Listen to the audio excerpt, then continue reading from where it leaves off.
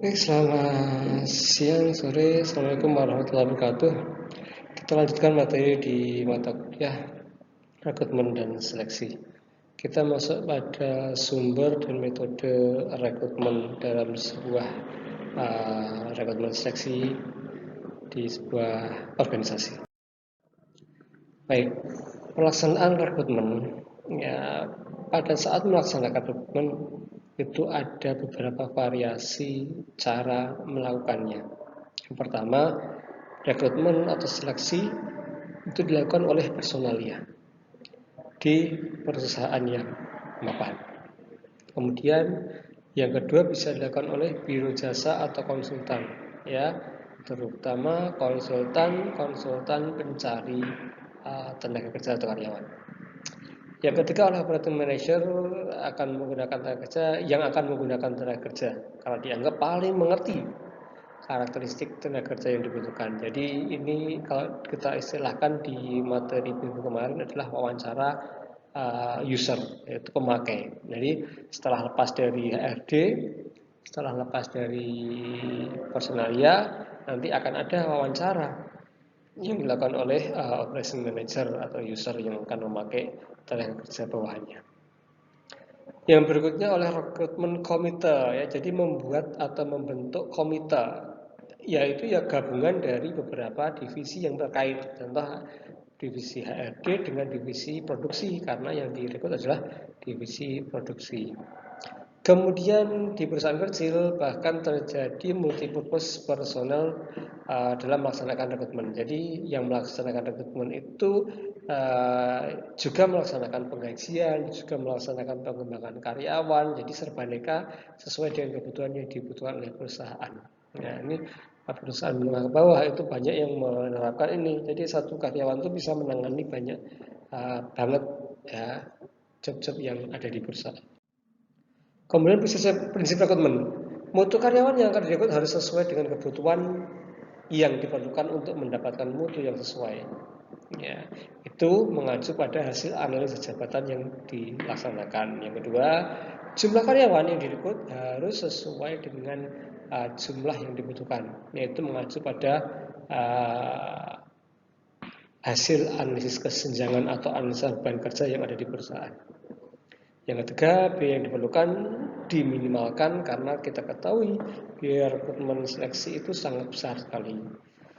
Kemudian perencanaan dan keputusan-keputusan strategis tentang perekrutan yaitu disesuaikan, diacu, fleksibilitas pelaksanaan, ya, dan pertimbangan hukum agar tidak melanggar hukum secara peraturan. Nah, sumber atau metode sekarang metode dan sumber dari calon tenaga kerja. Ya. Sumber dan metode itu akan memunculkan rekrutmen dari internal maupun eksternal. Ya. Yang pertama dari internal itu ada rencana suksesi, yaitu bagaimana mengisi jabatan yang kosong oleh jabatan atau orang yang sedang ada di jabatan di bawahnya, yaitu dinaikkan dengan asesmen. Ya. Job posting memberikan kesempatan seluruh karyawan diposting, ya, mana jabatan yang dibutuhkan, siapapun yang bersedia atau memiliki kemampuan untuk melamar. Kemudian perbantuan pekerja diperbantukan oleh divisi yang lain, dan juga promosi dan mutasi itu internal. Yang eksternal bisa dalam negeri maupun luar negeri, ya, bisa dari pelamar, lembaga pendidikan, rekomendasi dari karyawan yang lain, biro agen tenaga kerja, organisasi-organisasi himpunan profesi, advertising atau iklan. Itu ada beberapa metode rekrutmen dari eksternal. Nah, ini penjelasan yang tadi. Yang pertama adalah rencana suksesi, ya. Tadi jabatan yang kosong akan diisi oleh jabatan di bawahnya.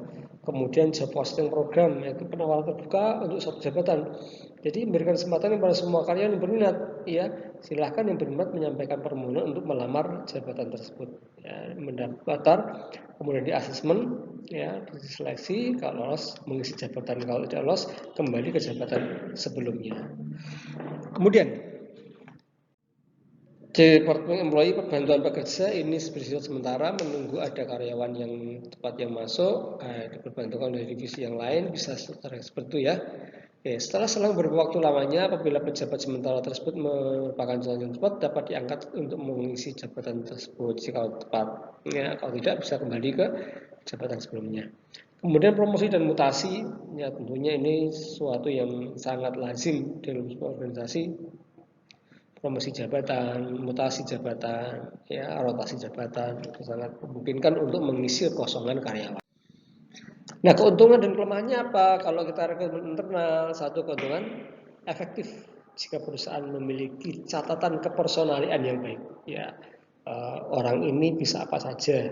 Ya, misalnya TU itu bisa apa saja. Itu apakah sesuai dengan laporan? Ya, kalau sesuai bisa dimutasikan. Nah, itu kalau kita memiliki catatan kepegawaian yang lengkap itu bisa dimaksimalkan. Tidak terlalu mahal karena sifatnya internal, ya, dapat memelihara loyalitas dan motivasi karyawan, mengurangi biaya orientasi dan pelatihan, dapat meningkatkan perasaan puas diri. Kelemahannya pembatasan terhadap bakat-bakat yang ada, karena bakat yang ada di dalam perusahaan, yang di luar perusahaan belum terlacak, sehingga terbatasi bakat-bakat yang ada. Kemudian mengurangi peluang mendapat karyawan yang lebih sesuai atau paling sesuai, karena yang ada opsinya hanya di internal, ya, bukan dari eksternal. Kemudian sumber eksternal advertisi warn ads dan blind ads ya. Warn ads itu apabila kita memberikan iklan, kemudian orang yang membaca iklan tersebut diharapkan untuk mengirim lamarannya. Kalau blind ad itu iklan mencari pegawai tapi tidak mengidentifikasi perusahaannya, mencari tenaga kerja. Biasanya dikirimkan lewat obok atau sekarang melalui dinas-dinas tenaga kerja, kemudian didistribusikan oleh dinas tenaga kerja. Kemudian kalau rekomendasi dari karyawan yang lain, misalnya Anda sebagai karyawan merekomendasikan teman Anda yang bekerja di perusahaan yang lain yang memiliki kompetensi pengalaman untuk bekerja di perusahaan kita. Walk-in and write-in. Walk-in itu pencari pekerja datang kepada perusahaan personalia, ya, tanpa menunggu ada lowongan.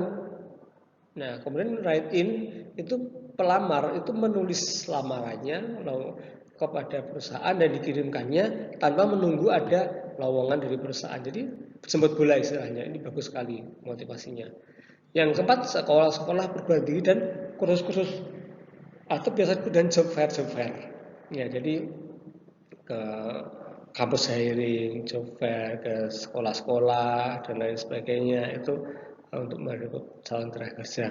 Kemudian open house mengundang beberapa karyawan untuk mencoba di perusahaan untuk seleksi, kalau cocok bisa dipergunakan. Yang ke-6, headhunter atau mencari pegawai dari organisasi yang lain. Ya, headhunter itu seperti kita hire karyawan yang masih bekerja di perusahaan yang lain. Ya, jadi kita hire, kalau lolos mereka keluar dari perusahaan sebelumnya masuk ke perusahaan kita. Ya. Kemudian biro agen tenaga kerja, ya, banyak ya biro-biro penyedia tenaga kerja. Kemudian himpunan profesi ada HIMSI, Himpunan Psikologi Indonesia, IDI, IAI, AC dan lain-lain. Ya.